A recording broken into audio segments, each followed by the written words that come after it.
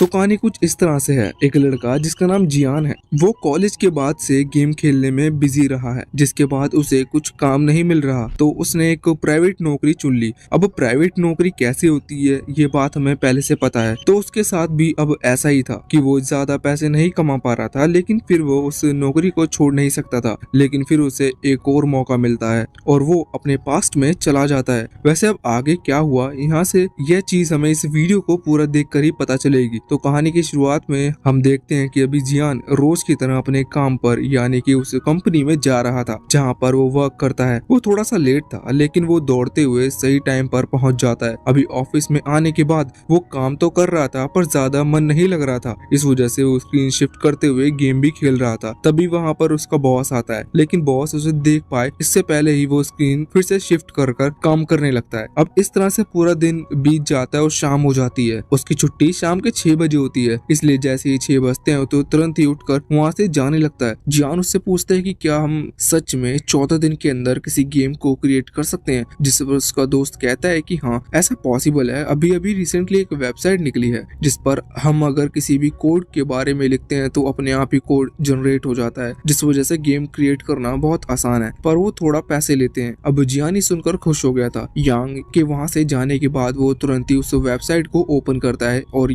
वहाँ गेम बनाना शुरू करता है। अभी वो एक ड्राइविंग गेम बना रहा था जिसमें उसने 20,000 रुपए सिर्फ एक थीम के लिए खर्च कर दिए थे, ये देखने के लिए कि वो जगह कैसी है। और अब उसे वो डेजर्ट एरिया बहुत ज्यादा पसंद आया था, इस वजह से वो एक अच्छी सी कार सेलेक्ट करता है। साथ ही फिर वहाँ पर जो थोड़े बहुत पैसे बच रहे हैं उनसे वो आसपास की चीजें जैसे सन वगैरह, नेचर वगैरह क्रिएट करता है। उसे ये गेम बोरिंग बनानी थी, इस वजह से वो इस गेम का जो फिनिशिंग टाइम है उसे 8 घंटे का कर सकता है। साथ ही उसने इसमें कुछ रेस वगैरह कुछ भी ऐड नहीं की थी, कोई दूसरा कंप्यूटर प्लेयर्स भी नहीं है। मतलब जो व्यक्ति इसे खेलेगा वो सिर्फ अकेले ही ड्राइविंग करता रहेगा 8 घंटे तक, और फिर अगर जिसने भी इस गेम को एक बार ओपन कर लिया वो इसे हटा नहीं सकता। जियान समझ गया था कि उसका प्लान पूरी तरह से कामयाब होने वाला है, ये दुनिया का सबसे बेकार गेम होगा। जियान तुरंत ही उसे क्रिएट करते हुए सेव कर देता है और उसका नाम लोनली डेजर्ट रखता है। जियान ने पूरी रात जागते हुए इस गेम को क्रिएट किया था। अगले दिन हम देखते हैं कि यांग और उसके जो बाकी दोस्त हैं वो आते हैं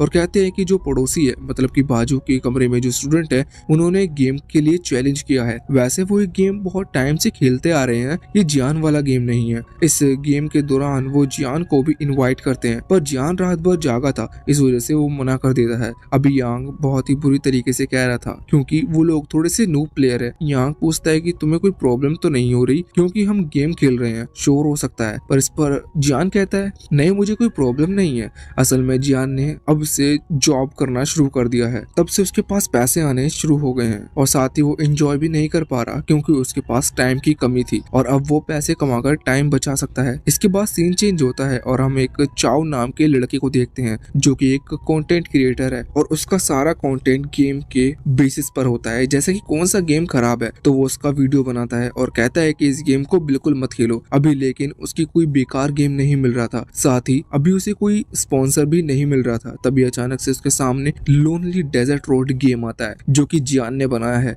यहाँ अभी वो उसे देखकर पहले तो हैरान था कि इसकी प्राइस मतलब इसे खरीदना सिर्फ 1 रुपए के बराबर है, लेकिन उस पर लिखा हुआ था कि ये गेम आपकी लाइफ चेंज कर सकता है। इस वजह से अब वो उसे खेलने का डिसाइड करता है। वो उसे ओपन करता है और कार चलाना शुरू करता है। पहली चीज तो ये बेकार थी कि इसमें कोई स्टोरी नहीं थी, वो बस कार चलाया जा रहा था, जिस वजह से वो थोड़ा बोर होने लगा था। तभी उसे पीछे से आवाज सुनाई लगती है। वो जब पीछे मुड़ता है तो अचानक से वो आउट हो जाता है। अब वो कंट्रोल्स के थ्रू खेलना चालू करता है, पर कुछ देर में ही खेलते रहने के बाद वो गेम फिनिश नहीं हो रही थी। ये देखकर वो गेम पॉज करता है कि मैं इसे बाद में खेलूंगा, लेकिन वो ऐसा भी नहीं कर सकता था क्योंकि जियान ने रूल बना दिया था कि ये गेम पॉज नहीं किया जा सकता, जिस वजह से वो एक बार फिर से आउट हो जाता है। लेकिन अब उसने फैसला कर लिया था कि वो इस गेम को क्लियर करके रहेगा, जिसके बाद वो उसे बार बार खेलते जाता है। लेकिन कुछ भी हो जाए पर वो 30 मिनट 40 मिनट के बाद आउट ही हो रहा था। तभी वो सोचता है कि इस गेम को खेलने का कोई फायदा नहीं है। वो उसे हटाने वाला था, लेकिन उस वक्त उसके स्क्रीन पर लिखा हुआ था कि एंड पॉइंट पर कोई चीज तुम्हारा इंतजार कर रही है, तुम्हें इस गेम को फिनिश करना ही होगा। जिसके बाद चाओ जो कि एक गेम एडिक्ट है वो उस गेम को एंड करने का फैसला करता। वो पूरे 8 घंटे तक लगातार उस गेम को खेलता रहता है और जब वो फिनिश लाइन पर पहुंचता है तो उसके माइंड में डोपामिन फील हो चुका था। यहाँ पर उसे लगा था कि कुछ तो रिकॉर्ड मिलेगा, लेकिन सामने लिखा था कि सक्सेसफुली तुमने अपनी अपने 8 घंटे बर्बाद कर लिए हैं, जो कि सुनकर चाओ बहुत ही ज्यादा गुस्सा होता है और कहता है कि ये तो बहुत ही बड़ा स्कैम है। दूसरी तरफ अभी जियान बहुत खुश था क्योंकि उसके गेम को सिर्फ एक लड़के ने डाउनलोड किया है। वो सोचता है कि वो लड़का भी पागल है जिसने इस गेम को डाउनलोड किया। अभी वो कॉलेज में बैठा हुआ था जहाँ पर कुछ बच्चे बात कर रहे थे कि लोनली डेजर्ट गेम वायरल हो रहा है, जबकि उसमें कुछ भी नहीं रखा। ये सुनकर जियान हैरान हो जाता है और वो तुरंत ही वहाँ से भागता है। घर पर आकर वो देखता है कि उसके गेम को बहुत ही ज्यादा डाउनलोड्स हो चुके हैं और साथ ही साथ उसने जानने को मिलता है कि ऐसा उसे चाओ नाम के लड़के की वजह से हो रहा है, क्योंकि उसने ऑनलाइन आकर इस गेम को गाली दी और कहा कि ये बस टाइम वेस्ट करता है क्योंकि कोई भी इस गेम को बिल्कुल ना खेले। लेकिन अब उसने ऐसा कहा तो लोग क्यूरियोसिटी में खेलने लगे। अब जियान सोचता है कि उसने तो बहुत बड़ा नुकसान कर लिया। इस वजह से वो डिस्क्रिप्शन में लिख देता है कि जिस किसी को भी अपने पैसे वापस चाहिए वो रिफंड मांग सकते हैं, क्योंकि गेम बहुत बेकार है। पर कोई भी उसके पैसे भी मांग नहीं रहा था क्योंकि 1 रुपया मांगने में उन्हें और ज्यादा टाइम वेस्ट करना होगा। अब तभी वहाँ पर यांग भी आता है जो कि जियान से कहता है कि क्या हम भी वो गेम खेलें। जियान उस पर गुस्सा करते हुए उसे भगा देता है। अब हमें जानने को मिलता है कि असल में जियान के गेम को करीबन 70,000 लोगों ने डाउनलोड किया है, जिस वजह से उसे 70,000 रुपए मिल चुके थे। लेकिन अब उसने प्रॉफिट कमाया है जिस वजह से उसको लॉस हुआ और सिर्फ 700 मिलते हैं। ये देखकर जियान बहुत ही ज्यादा हैरान हो जाता है क्योंकि ये सिर्फ 1% था। वो सोचता है कि अगली बार वो ऐसी गलती नहीं करेगा। तभी रिची सामने आकर उससे बताता है कि उसे एक बार 3 लाख कॉइन मिलने वाले थे, मतलब 3 लाख रुपए मिलने वाले थे, जिससे उसे एक और गेम डिजाइन करना है। जियान देखकर हैरान था कि उसने ही पहले से 50,000 में इतना परफेक्ट गेम बना लिया। 3 लाख आखिर वो खर्च कहाँ करेगा। अब तभी यांग खड़ा होकर कहने लगता है कि हमें फिर से हमारे नेबर्स को चैलेंज करना चाहिए और उन्हें हराना चाहिए, जिस पर बाकी सभी दोस्त भी तैयार थे। गेम फिर से शुरू होता है लेकिन वो बहुत ही बुरी तरह से हारते हैं, जिसके बाद अभी यांग को ब्लेम कर रहे थे और कह रहे थे कि तुम सबसे बड़े बेवकूफ हो। अब जियान इस पर ज्यादा ध्यान नहीं देता, लेकिन रात के टाइम उसे अचानक से आइडिया आता है कि अगर वो यांग की मदद ले एक गेम बनाने में तो वो गेम फ्लॉप होने से कोई नहीं रोक सकता, क्योंकि यांग सच में बहुत ही घटिया गेम बनाएगा। वो रात को ही यांग को जगाता है और कहता है कि मुझे तुम्हारी मदद चाहिए। लेकिन ये देखकर यांग डर जाता है कि इतनी रात को जियान को क्या मदद चाहिए, इसलिए वो चिल्लाता है, जिस वजह से पूरा हॉस्टल जाग चुका था। इस वजह से जियान अभी यांग से कुछ नहीं कहता, लेकिन अब अगले दिन से वो उसके पीछे पड़ चुका था। यांग ये देखकर बहुत डर रहा था कि आखिर जियान चाहता क्या है, जिस वजह से वो वहाँ से भागता है। पर फिर जियान उसका रास्ता रोकते हुए उसे सच बताता है कि उसे एक गेम डेवलप करना है जिसमें उसे यांग की मदद चाहिए। यांग इस पर तुरंत ही मना कर देता है और कहता है कि हम कभी भी एक गेम बनाने में कामयाब नहीं हो सकते। पर इस चीज पर जियान कहता है कि मैंने अभी एक गेम बनाया जिसमें मैंने 3 लाख रुपए कमाए, और वो नाम भी बता देता है कि उसने ही लोनली डेजर्ट रोड गेम बनाया है। ये सुनकर यांग शॉक हो जाता है और कहने लगता कि तुम तो सच में एक जीनियस हो। वैसे इसके बाद वो लोग प्लानिंग कर रहे थे कि वो किस तरह से गेम बनाएंगे, जहाँ यांग कह रहा था कि हमें पहले तो हमें कोई कोड वगैरह के बारे में जानना होगा, और इसलिए वो तुरंत ही कुछ बुक्स ले आया था जिनमें कोडिंग के बारे में लिखा हुआ है। पर जियान कहता है कि नहीं, इसकी जरूरत नहीं है क्योंकि हमारे पास ऑलरेडी एक वेबसाइट है जहाँ से हम आराम से कोड क्रिएट कर सकते हैं। अब जियान चला गया था लेकिन यांग ने हार नहीं मानी थी। वो भी उन बुक्स को पढ़ने की कोशिश करता है पर उसको भी नींद आ जाती है। ये देखकर जियान खुश था और कह रहा था अब सक्सेसफुली मैं एक फ्लॉप गेम बना पाऊंगा। अभी जियान को डिसाइड करना था कि आखिर उसे किस तरह का गेम बनाना है। पहले वो सोचता है क्यों ना वो एक ड्राइविंग गेम ही बनाए, लेकिन फिर उसे ये भी याद आता है कि उसका अभी अभी एक गेम चल चुका है और अगर उसने फिर से ऐसा गेम बनाया तो लोग उसे जरूर डाउनलोड करेंगे। इस वजह से अब वो मोबाइल गेम की तरफ शिफ्ट हो जाता है। अब एक बेकार गेम बनाने के लिए उसे बहुत ही ज्यादा रिसर्च करनी पड़ती है। वो मार्केट में देखता है कि किस तरह के गेम चल रहे हैं और किस तरह के नहीं। उसे एक गेम कोड दिखता है जो कि बहुत ही ज्यादा फेमस चल रहा था। ये देखते हुए कई सारी कंपनियां ने उसकी कॉपी क्रिएट की, लेकिन वो कॉपी नहीं चल पाई क्योंकि वो कोड गेम जितनी अच्छी नहीं थी। जियान भी डिसाइड करता है कि वो एक ऐसा कोड गेम बनाएगा जो कि बहुत बेकार हो, क्योंकि जियान ने देख लिया था कि जिनके कोड गेम बेकार थे उन्होंने सच में बिल्कुल भी प्रॉफिट नहीं हुआ, बल्कि वो लॉस में ही गए। इसके बाद जियान यांग को लेकर एक रेस्टोरेंट में आता है जहाँ पर वो खाना खाते हैं और जियान कहता है कि हमें कुछ लोग चाहिए जो कि डिजाइन क्रिएट कर सकें। इसके लिए जियान बहुत ही पैसे देने की भी कहता है, जिस पर यांग कहता है कि हमें ऐसा करने की जरूरत नहीं है, हम इसे सस्ते में भी काम करा सकते हैं। लेकिन जियान कहता है कि नहीं,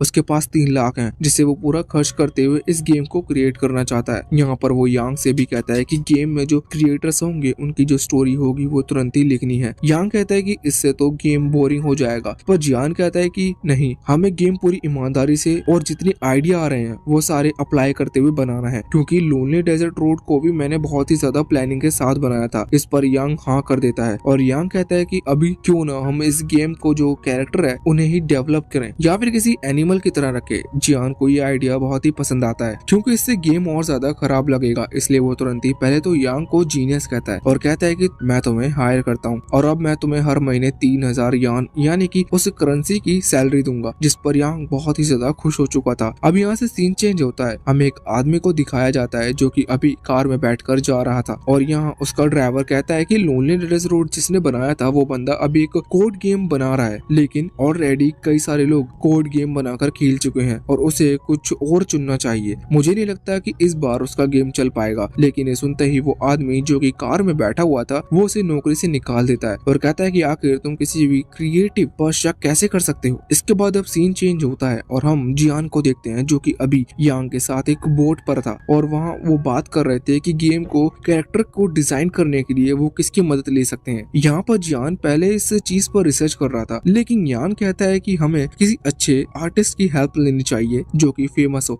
इस पर जियान कहता है कि बिल्कुल नहीं, अगर हम किसी अच्छे आर्टिस्ट को लेंगे और हमारा गेम चल गया जो कि चलने ही वाला है तो ऐसे में सारी स्पॉटलाइट उसके ऊपर आ जाएगी, लोगों को लगेगा हमने बहुत ज्यादा मेहनत की। ये बात यांग को सही लगती है। वैसे अब वो वहाँ से लौट आते हैं तो जियान थोड़ी रिसर्च करते हुए एक लड़के के बारे में पता लगाता है। वो लड़का असल में 24 कैरेक्टर डिजाइन करता है, लेकिन जियान को 24 कैरेक्टर्स नहीं चाहिए थे, पर फिर भी वो किसी तरह से यांग को मना लेता है कि हमें इसे हायर करना है। इसके बाद अब एक ऑनलाइन मीटिंग होती है जहाँ पर यांग और जियान उस लड़के से बात कर रहे थे। वो लड़का वहाँ सामने आता है, उसका नाम जिन है और अब जियान उससे कहता है कि हमें टोटल 50 कैरेक्टर डिजाइन करवाने हैं। यांग कहता है कि मुझे ये किसी दूसरे गेम डेवलपर की चाल लग रही है, लगता है उसने किसी को हायर किया है नेगेटिव रिव्यू देने के लिए। अभी जियान ऐसे एक्टिंग कर रहा था जैसे कि उसे सुनकर बहुत ज्यादा दुख हुआ, लेकिन अंदर ही अंदर वो बहुत ही ज्यादा खुश था और जिस भी आदमी ने ये किया है वो उसे दुआएं दे रहा था। अब यांग रिप्लाई करने लगता है और नेगेटिव रिव्यूज का पॉजिटिवली, लेकिन जियान उससे कहता है कि ऐसा बिल्कुल मत करो, हमें अभी रिप्लाई नहीं करना चाहिए। यांग सोचता है कि जियान कितना कमाल का है, उसने इतना सारा पैसा इन्वेस्ट किया लेकिन फिर भी वो कितना शांत है। अब इसके बाद सीन चेंज होता है और हम जियान को देखते हैं जो कि इस वक्त लोनली डेजर्ट रोड गेम खेल रहा था।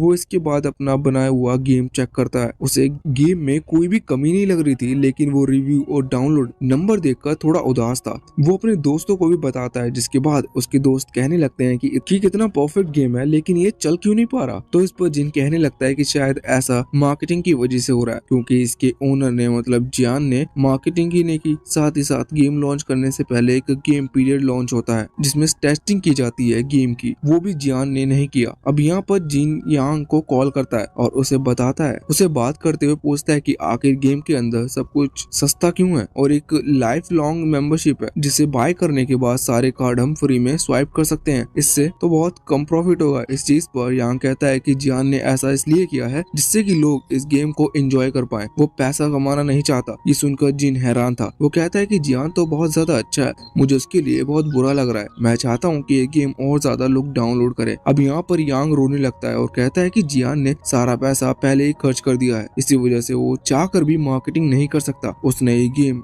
लोगों के लिए लॉन्च की है लेकिन लोग इसे खेल ही नहीं पा रहे, इसी वजह से अभी वो थोड़ा डिप्रेस है। अब ये सुनकर जिन को बहुत ही ज्यादा बुरा लगता है और कहता है कि मैं उसकी मदद करूंगा और इसके बाद वो कॉल कट कर देता है। यहाँ पर हम यांग को देखते हैं जिसके चेहरे पर अभी मस्त स्माइल थी। अगर हम चाहे तो यांग को इस सीरीज का मेन कैरेक्टर मान सकते हैं। अब इस तरफ जिन अपने दोस्त के पास आता है और उनसे कहता है कि उन्हें जिन की मदद करनी होगी। उसके दोस्त पूछते हैं कि ऐसा क्यों, तो इस पर जिन कहता है कि जियान एक बहुत अच्छा लड़का है, उसने हमें इतना ज्यादा पैसा दिया कि अब वो मार्केटिंग भी नहीं कर सकता, लेकिन हम उसकी मार्केटिंग करेंगे। अब यहाँ से फिर से सीन चेंज होता है और हम जियान को देखते हैं जो कि बैठा हुआ था और बहुत ही ज्यादा खुश था कि उसकी कंपनी इस बार बहुत ज्यादा लॉस प्रॉफिट क्रिएट करने वाली है, इसका मतलब उसे और ज्यादा प्रॉफिट होगा। पर तभी यांग वहाँ पर आता है और उससे चिपकते हुए कहता है कि हमारा गेम वायरल हो चुका है। पहले जियान को थोड़ा सदमा लग गया था, लेकिन जब वो फोन उठाता है और रिव्यूज चेक करता है तो उस पर इतने ज्यादा पॉजिटिव रिव्यूज थे कि वो देखकर उसे सच में सदमा लग गया था। अभी वो हैरानी से यांग से पूछता है कि हमने तो मार्केटिंग के ऊपर एक पैसा भी खर्च नहीं किया, फिर आखिर हमारा गेम डाउनलोड कौन कर रहा है। इस चीज पर यांग पता आता है कि उसकी जिन के साथ बात हुई थी, उसी ने इस चीज की मार्केटिंग की है और इसी वजह से हमारा गेम वायरल हुआ। अभी सुनकर जियान हैरान हो जाता है। पहले उसे जिन पर गुस्सा आ रहा था क्योंकि उसने गेम में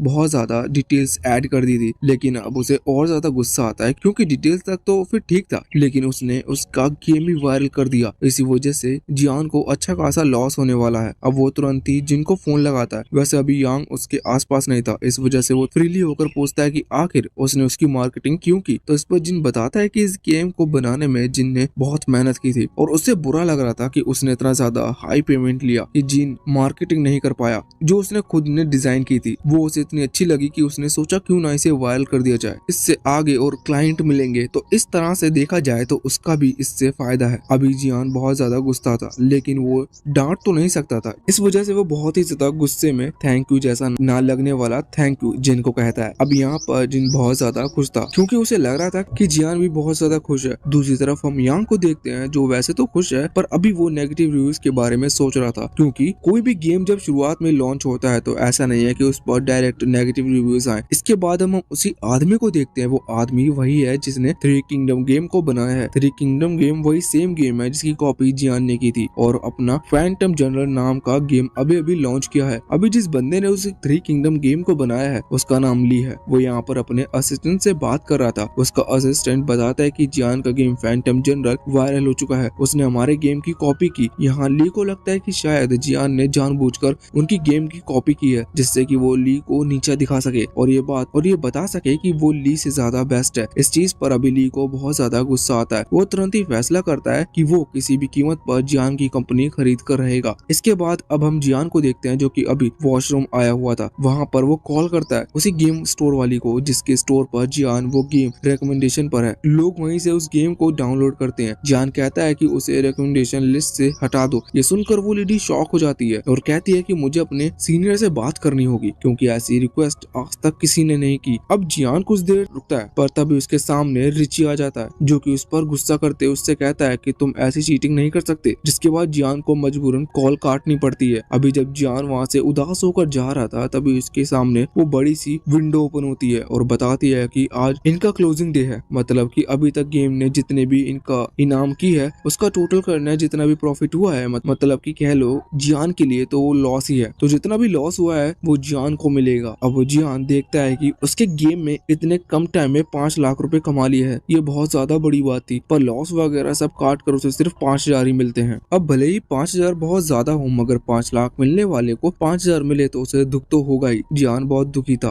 पर उसका दुख तब बढ़ जाता है जब रिची कहता है कि अगले गेम के लिए तुम्हें यही 5 लाख मिलते, तुम इन्हीं से नेक्स्ट टास्क पूरा करना। ये सुनकर जियान और ज्यादा गुस्सा करता है क्योंकि पहले उसे कम पैसे मिले थे। अब 5 लाख में वो कैसे गेम बनाएगा, क्योंकि जितने ज्यादा पैसे होंगे उतना ही गेम को फ्लॉप करना मुश्किल हो जाएगा। उसे यहाँ पर करीबन 90 दिन का समय मिलता है। उसके पास 5,16,000 कुछ कॉइन्स हैं जिन्हें आप रुपए भी समझ सकते हो, पर अभी 1000 कॉइन्स और बढ़ जाते हैं। जियान देखकर और हैरान हो जाता है। तो रिची बताता है कि उसका गेम अभी अभी अर्निंग कर रहा है, इसलिए वो इस पर कुछ नहीं कह सकता। अब इसके बाद हमें ली को दिखाया जाता है जिसने फैसला लिया था कि फाइनली वो जियान की कंपनी को खरीद कर ही रहेगा। इसके लिए अभी वो तुरंत ही कॉल लगाता है, जो कॉल अभी यांग ने पिक की थी। यांग दूसरे फोन से जियान को कनेक्ट करता है और दोनों फोन पर साथ में बात करता है। यहाँ पर ली कह रहा था कि उससे जियान की कंपनी खरीदनी है। जियान ये सुनकर बहुत ज्यादा खुश था, पर तभी रिची इस पर साफ मना कर देता है। अब जियान समझ गया था कि वो कुछ नहीं कर सकता, वो डायरेक्ट मना कर देता है। यांग ये बात ली को बताता है। ली कहने लगता है कि वो इसके लिए 10-20 लाख रुपए से भी ज्यादा देने को तैयार है। जब ये बात यांग यहाँ जियान को बताता है तो उसके पैरों से जमीन खिसक जाती है। उसे ये ऑफर किसी भी कीमत पर चाहिए था, पर अब वो ऐसा कर ही नहीं सकता। इसी वजह से वो कहता है कि हमारी कंपनी नहीं बेचेगी और ली से ही पूछ लो, अगर उसे इन्वेस्टमेंट चाहिए तो हम इन्वेस्ट करने को तैयार है। अब ये सुनने के बाद यहाँ पर ली बहुत ही ज्यादा हैरान था और उसे बहुत ही ज्यादा गुस्सा आ गया था। अभी तक इतने लंबे गेमिंग करियर में उसे किसी ने भी अपना ओपोनेंट नहीं माना था, क्योंकि वो बहुत ही बड़ा गेम डेवलपर है, लेकिन फाइनली उसे एक बहुत ही बड़ा ओपोनेंट मिल चुका है। मतलब एक तरीके से देखा जाए तो अब जियान उसका राइवल बन चुका है। अब इसके बाद हम देखते हैं कि जियान और यांग अभी एक रेस्टोरेंट में आए हुए थे खाना खाने के लिए, जहाँ पर जियान का दिमाग थोड़ा सा खराब था। तो यांग उससे कहता है कि उसे क्या हुआ, उनका गेम तो अच्छी खासी कमाई कर चुका है। जियान इसी चीज पर उदास था। वो गेम के बारे में बात करने से मना कर देता है क्योंकि फिर से गेम में जो इनकम थी वो बढ़ चुकी है। उन्होंने करीबन 6 लाख रुपए कमा लिए हैं और अब जियान को 90 दिन में 6 लाख खर्च करने पड़ेंगे। यहाँ पर अब तभी वेटर आता है जो कि बताता है कि उनका बिल 3,000 का हो चुका है। यांग जियान से कहता है कि क्या वो बिल भर सकता है। अब जियान को एक अच्छा आइडिया आता है। वो तुरंत ही पहले तो बाहर जाता है और रिची से पूछता है कि क्या वो कंपनी के बिल भर सकता है। इन 6 लाख का यूज कर, जिस पर रिची कहता है कि बिल्कुल ये रूल्स के खिलाफ नहीं है। अब जियान पूछने लगता है कि क्या वो अपने डेली एक्सपेंसेस भी इन 6 लाख से भर सकता है, तो इस पर रिची साफ मना कर देता है। लेकिन कोई बात नहीं, जियान को एक अच्छी ट्रिक मिल गई थी पैसा खर्च करने की। वो वापस आता है, बिल देता है और इसके बाद अभी वो बैठकर खाना ही खा रहे थे कि तभी टीवी पर न्यूज में वो लोग आते हैं कि एक नई टेक्नोलॉजी आई है जो कि गेम डेवलपमेंट को और ज्यादा एडवांस लेवल पर ले जा सकती है। ये सुनकर यांग बहुत ही ज्यादा खुश था। वो कहता है कि हमें इस टेक्नोलॉजी को ट्राई करना चाहिए अपने अगले गेम के लिए। इस पर जियान कहता है कि नहीं, ये बहुत ही ज्यादा डिफिकल्ट लग रही है और हमें इसके बारे में कोई नॉलेज नहीं है। पहले जियान को लग रहा था कि इससे गेम वायरल हो सकता है, पर इसके बाद वो सोचता है कि इस टेक्नोलॉजी को भी अभी तक ज्यादा लोगों ने सीखा नहीं होगा, इसका मतलब उन्हें बेकार वर्कर्स मिलेंगे। तो वो कहता है कि हम किसी को रख सकते हैं काम के लिए। अब ये आइडिया जियान को बहुत ज्यादा अच्छा लगा था, यांग को ये पसंद आता है। वैसे जियान ये भी कह रहा था कि हमारे पास बहुत सारा काम होता है और इस सब को मैनेज करने में हमारे लिए मुश्किल है, इसलिए वो दोनों डिसाइड करते हैं कि वो अपनी कंपनी के लिए एक असिस्टेंट ढूंढेंगे। इसके बाद अब वो लोग तुरंत ही एक ऐसी जगह पर निकल चुके थे जहाँ पर उन्हें अपनी कंपनी के लिए एक असिस्टेंट मिल सकती है।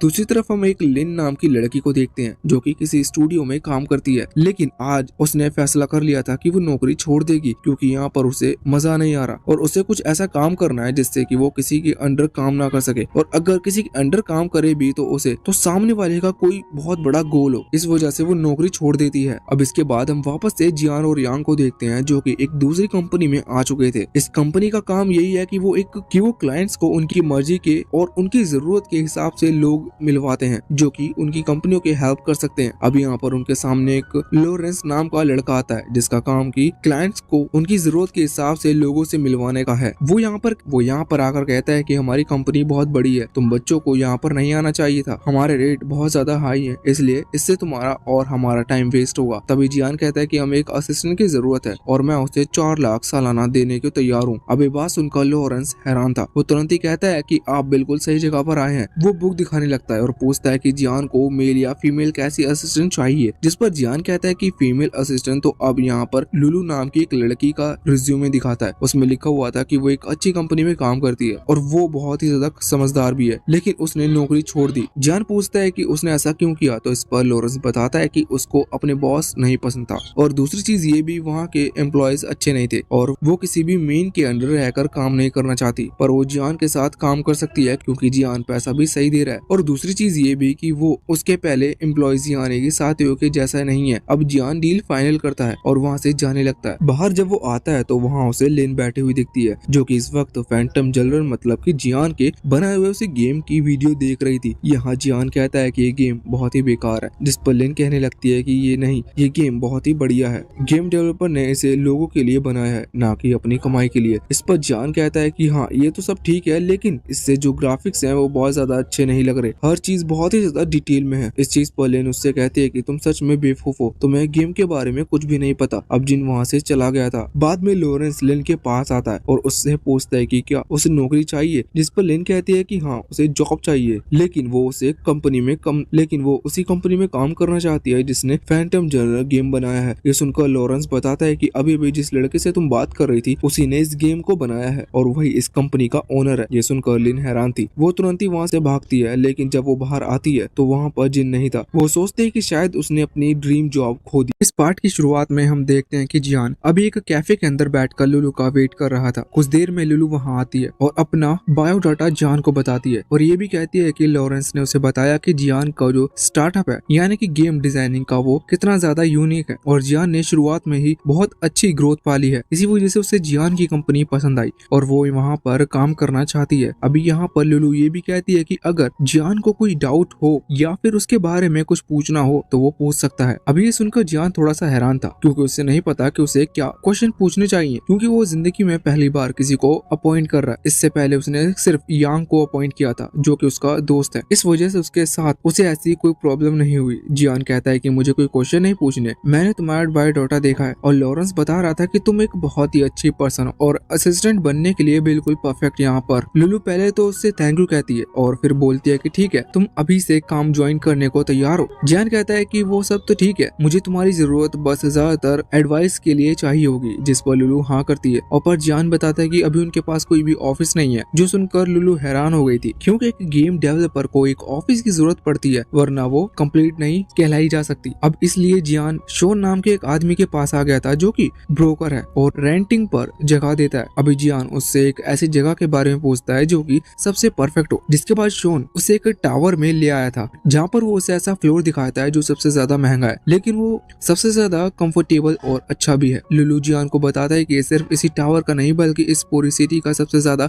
महंगा ऑफिस है। जियान ये सुनकर हैरान था और वो भी खुश था क्योंकि उसे तो ज्यादा से ज्यादा पैसा खर्च करना है। वो यहाँ पर तुरंत इस फ्लोर को खरीदने यानी कि इसे रेंट पर लेने के लिए तैयार हो जाता है बिना कीमत पूछे। पर लुलू बताती है कि इसकी कीमत 3,60,000 युआन है जो कि बहुत ज्यादा है और यहाँ पर जगह उन्हें 3,000 स्क्वायर फीट की मिलेगी। अगर जियान चाहे तो अभी वो जगह से शिफ्ट कर सकता है कम पैसे पर। तभी वो ब्रोकर कहने लगता है कि सर देखिए, आपको इससे अच्छी डील कहीं पर नहीं मिल सकती, ये बेस्ट जगह है एक बिजनेस चलाने के लिए। साथ ही वो ये भी कह रहा था कि अगर आप इस पूरे फ्लोर को रेंट पर ले रहे हो तो मैं आपको एक बड़ा डिस्काउंट देने के लिए भी तैयार हूँ। लेकिन जियान उससे कहता है कि नहीं, ऐसा तुम्हें करने की जरूरत नहीं है। जियान यहाँ पर बहुत ही बड़ी बड़ी बातें करता है जैसा कि तुम्हें पैसे कम करने की जरूरत नहीं है क्योंकि मैं एक लंबा रिलेशन बनाकर चलना चाहता हूँ, क्योंकि हमें साथ में मिलकर बहुत लंबा काम करना है। साथ ही अब यहाँ पर जियान शोन से कॉन्ट्रैक्ट रेडी करने को कहता है। वैसे भी जियान मन में सोच रहा था कि उसे ज्यादा से ज्यादा पैसे खर्च करने होंगे। होंग असल में फैंटम जनरल गेम बहुत ही बुरी तरह से सील होती जा रही है। बुरी तरह से इसलिए क्योंकि उसने जियान का नुकसान हो रहा है, क्योंकि उसे पैसे मिल रहे हैं वो उसे अगली गेम के लिए खर्च करने होंगे जिससे उसका लॉस होगा। इसी वजह से वो चाहता है कि जितना ज्यादा खर्च हो सके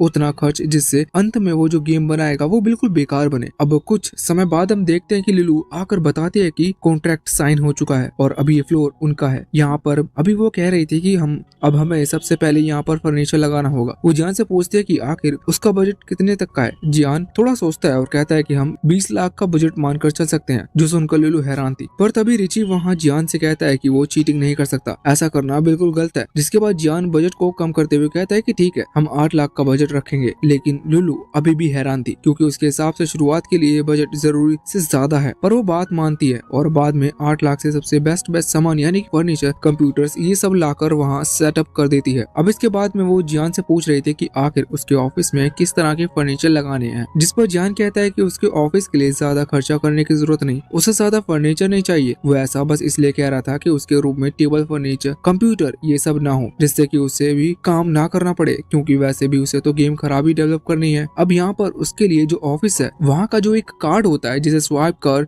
डोर ओपन होते हैं, वो लुलू जियान को देती है। जियान सोचता है कि अच्छा, अगर अब वो यहाँ ऑफिस में ही रुक सकता है क्योंकि ज्यादातर किसी दिन ओवर टाइम वर्क करने के लिए उसे यहीं पर रुकना होगा। वैसे सब उसकी ट्रिक है क्योंकि इस फ्लोर पर अगर वो चाहे तो ये ऑफिस है, इसका रेंट हटवा भी सकता है बिना इसे रेंट पर लिए हुए, इससे पैसे बचेंगे। लेकिन उसने ओवर टाइम का बहाना बनाते हुए इसे ले लिया बिना रूल तोड़े। अब इसके बाद में यहाँ पर उन्हें कुछ लोगों को हायर करना है जो कि कंपनी में काम करेंगे। जियान कहता है कि नॉर्मली हायरिंग का बोर्ड बाहर लगा दो और ऑनलाइन एड चला दो, पर इस पर लुलू कहती है कि ऐसा बहुत बुरा आइडिया है क्योंकि ऐसे करने वाले लोग कंपनी में ज्वाइन होंगे जिन्हें गेम बनाना नहीं आता। ये सुनकर जियान हैरान था। वो सोचता है कि बात तो सही है क्योंकि अगर उसने गेम नहीं बनाया तो भी उसका नुकसान होगा, जो कि रूल के खिलाफ है। उसे गेम बनाना है और उसके बाद में गेम को फ्लॉप करना है। इसलिए अब लुलू जैसा ही कह रही थी उसी तरह से हायरिंग की प्रोसेस करवाता है। लुलू कहती है कि वो सब तो ठीक है, लेकिन सबसे पहले जियान को अपने लुक्स पर ध्यान देना होगा, यानी कि उसके कपड़ों पर। जियान सोचता है कि क्या ये जरूरी है, जिस पर लुलू कहती है कि बहुत ज्यादा जरूरी है। उसे एक बॉस की तरह दिखना होगा जिससे कि अभी एम्प्लॉय उसकी रिस्पेक्ट करे। जियान को भी ये बात सही लगती है। वैसे भी इससे उसका और ज्यादा खर्चा होने वाला है। वो सबसे महंगे सूट चुनता है पहनने के लिए। वो सोच रहा था कि इसी तरह से अगर चलता रहा तो जल्दी फैंटम जनरल गेम में से आए हुए सभी पैसों को खर्च कर देगा। साथ ही साथ उसे जो इस बार का बजट मिला है उसमें से भी अच्छे खासे पैसे ही पहले खत्म करने होंगे। अब वो सोच रहा था कि जब वो हायरिंग करेगा तो उसे ऐसा किसी बंदे की जरूरत होगी जिससे के पास कोई टैलेंट ना हो लेकिन कोई रीजन हो उसे कंपनी में लेने का। इस बात पर उसे अपने दोस्त बेल की याद आती है। उसे दोस्त तो नहीं कह सकते, पर असल में बेल उसके स्कूल में पढ़ता था, कॉलेज में नहीं बल्कि स्कूल में। वो स्कूल का सबसे लेजीस्ट बॉय था। जियान उससे मिलने के लिए कंप्यूटर शॉप पर जाता है जहाँ पर कंप्यूटर पैसे में गेम खेलने के लिए अवेलेबल किए जाते हैं।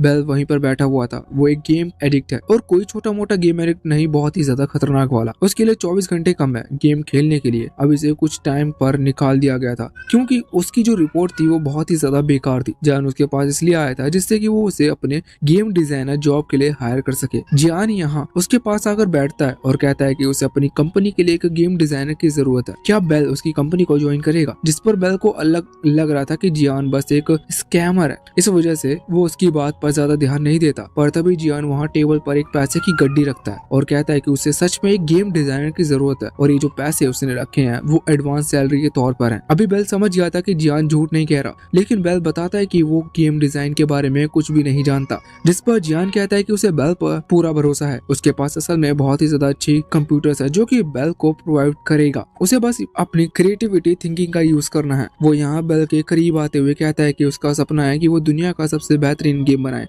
जिसके लिए उसे बेल की जरूरत है और इस बार बेल ने हाँ कर दी थी। जियान कहता है कि तुम 2 दिन बाद से ज्वाइन कर सकते हो, क्योंकि अभी हम वो लोगों को ज्वाइन करने के लिए ढूंढ रहे हैं। इसके बाद जियान वहाँ से चला गया था। बेल हमेशा से चाहता था कि वो एक गेम डिजाइनर बन सके, लेकिन कभी भी उसके ऐसी अपॉर्चुनिटी नहीं मिली। लेकिन अब उसे एक ऐसी अपॉर्चुनिटी मिल चुकी है जिस वजह से वो फैसला करता है कि वो पूरा दिन लगाकर काम करेगा। अब इसके बाद सीन चेंज होता है। हम देखते हैं कि जियान वापस से अपने ऑफिस की तरफ आ रहा था, तभी उसे वहाँ नीचे एक लड़का जिसका नाम होंग है वो मिलता है। यहाँ पर होंग अभी इंटरव्यू के लिए आया था जियान की ही कंपनी में, लेकिन वो थोड़ा सा घबराया हुआ था और लेट भी था, जो देखकर जियान उससे पूछता है कि वो लेट क्यों हो गया। तो इस पर होंग बताता है कि वो किसी दूसरी कंपनी में काम करता है और वो लंच टाइम में यहाँ पर आया है, जिससे उसकी दूसरी कंपनी की नौकरी ना जाए, क्योंकि उसे नहीं पता कि यहाँ नौकरी कैसे लगने वाली है, यह लगेगी भी कि नहीं। अभी होंग को नहीं पता था कि वो जिस कंपनी में इंटरव्यू देने आया है उस कंपनी का सीईओ यानी कि पूरा का पूरा मालिक जियान ही है। जियान भी ऐसा दिखाता है जैसे कि वो खुद ही यहाँ इंटरव्यू देने के लिए आया है। अब लिफ्ट नीचे आती है जहाँ उसमें एक लड़का था जिसका नाम लुओ है और वो होंग का सुपीरियर है उसकी सेम कंपनी में और उसका सीनियर भी। अभी लुओ कहता है कि होंग का इस कंपनी में ज्वाइन हो पाना लगभग नामुमकिन है, क्योंकि यहाँ पर उसे तक सेलेक्ट नहीं किया जा रहा। उसने बताया कि यहाँ टेस्ट बहुत टफ है और उसे नहीं लगता कि उसे सच में सेलेक्ट करेंगे, और जब उसे नहीं कर रहे तो होंग को कैसे कर सकते हैं।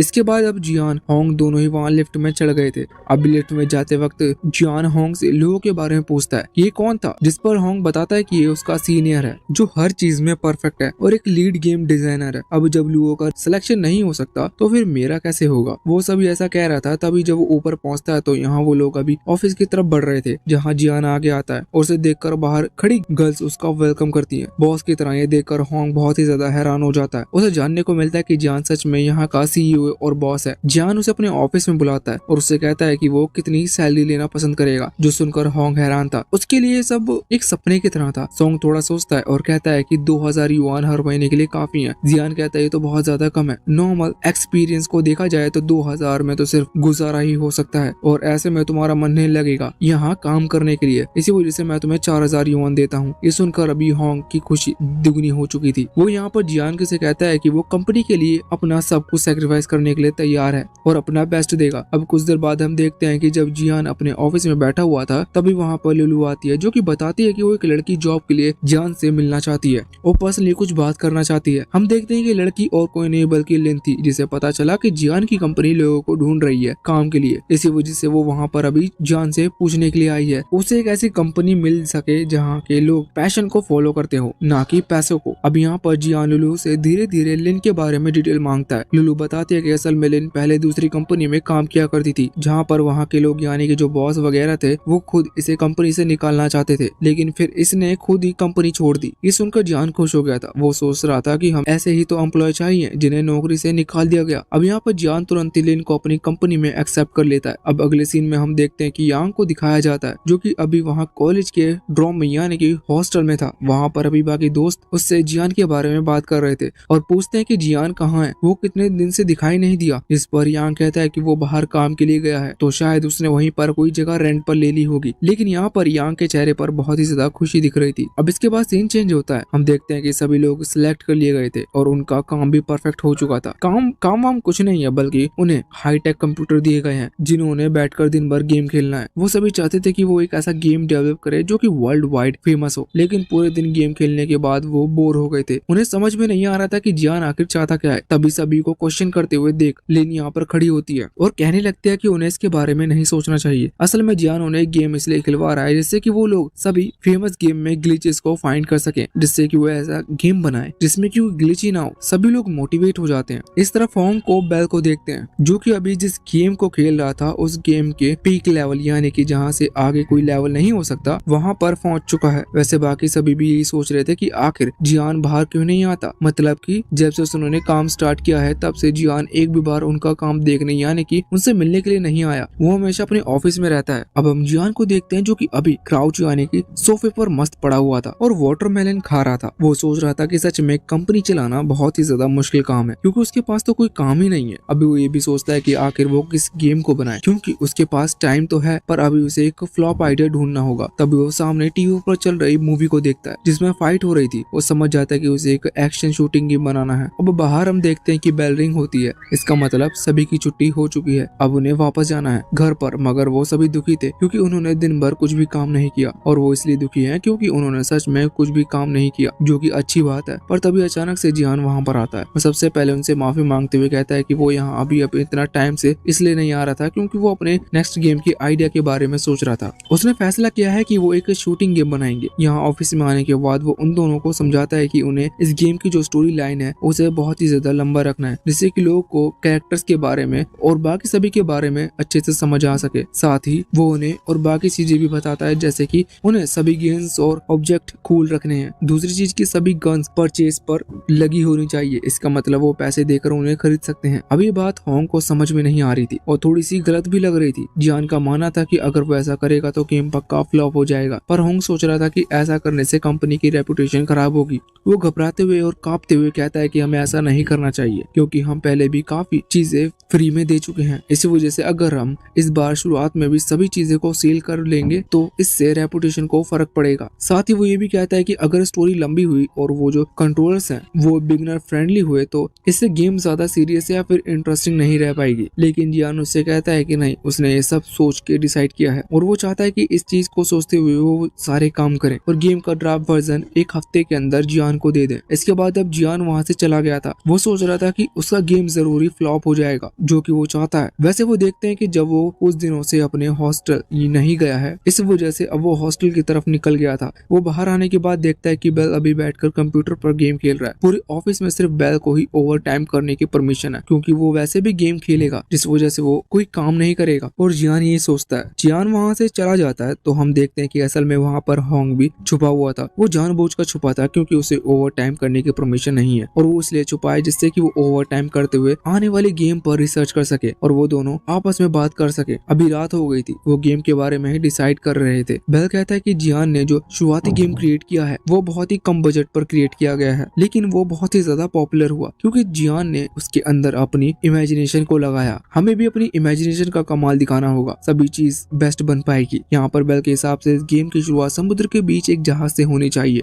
अभी हम इस गेम को बिल्कुल स्टोरी टाइप की तरह दिखाया जाता है, जहाँ पर बेल और होंग दोनों ही इस जहाज पर लैंड हो चुके थे। जहाँ पर आने के बाद सब कुछ सही था, लेकिन होंग कहता है कि हमें कुछ एनिमीज रखने होंगे जिससे कि एक एक्शन गेम की तरह लगे। तभी वहाँ पर कुछ मम्मीज आकर उनके ऊपर हमला कर देती है, जिनमें से वो डर कर भाग रहे थे। उनके पास कुछ गन्स भी थी जिनका यूज वो करते हैं। वैसे गन से मम्मीज को खत्म करना बहुत ही ज्यादा मुश्किल है, लेकिन इस पर बेल कहता है कि हम इन गन्स को मॉडिफाई करते हुए इतना पावरफुल बना सकते हैं कि एक अटैक में मम्मीज खत्म होती हैं। इससे गेम कंट्रोल भी इजी बनेंगे जियान के कहने के मुताबिक। और दूसरी चीज की लोग बहुत ही ज्यादा बोर नहीं होंगे और वो गन्स को अपडेट कर लेते हैं। अभी स्टोरी को समझने के लिए वो एक नए कैरेक्टर को ऐड करने का सोच रहे थे। इसके लिए वो एक छोटी बच्ची को चुनते हैं, पर यहाँ पर अगर वो उस कैरेक्टर को बुलाने के लिए सिलेक्ट करेंगे तो इसमें बहुत ही ज्यादा खर्चा बढ़ जाएगा। इसलिए वो सिर्फ स्क्रीन पर लिखा हुआ अपीयर करने का डिसाइड करते हैं, जो कि बजट फ्रेंडली होगा। यहाँ पर अभी वो गर्ल उनके एक दूसरे कॉर्नर की तरफ लेकर जाती है। वो सिर्फ होंग को ही लेकर गई थी। होंग को वहाँ पर मम्मी दिखती है जो कि बहुत ही ज्यादा पावरफुल थी। होंग उससे डर कर भाग रहा था, लेकिन रास्ते में बेल छुपा हुआ था जो कि पहले उस मम्मी को मारते हुए हरा देता है। पर वो डिसाइड करते हैं कि अगर सच में वो एनिमीज को इतनी आसानी से खत्म कर देंगे तो गेम कम इंटरेस्टिंग होगी। इसी वजह से वो मम्मीज की पावर बढ़ाते हैं, साथ ही कुछ और मम्मीज को ऐड करते हैं, जिससे कि अब खतरा बढ़ गया था। लेकिन अब वो डिसाइड करते हैं कि उन्हें यहाँ से और आगे की जर्नी बढ़ानी होगी, जिससे गेम थोड़ा और लंबा हो सके। अब वहाँ पर हेलीकॉप्टर आता है उन्हें बचाने के लिए, लेकिन कि वो यहाँ छोटी बच्ची को भी लेकर जाते हैं, जिससे कि साइड कैरेक्टर्स के बीच में एक अलग बॉन्ड क्रिएट किया जा सके,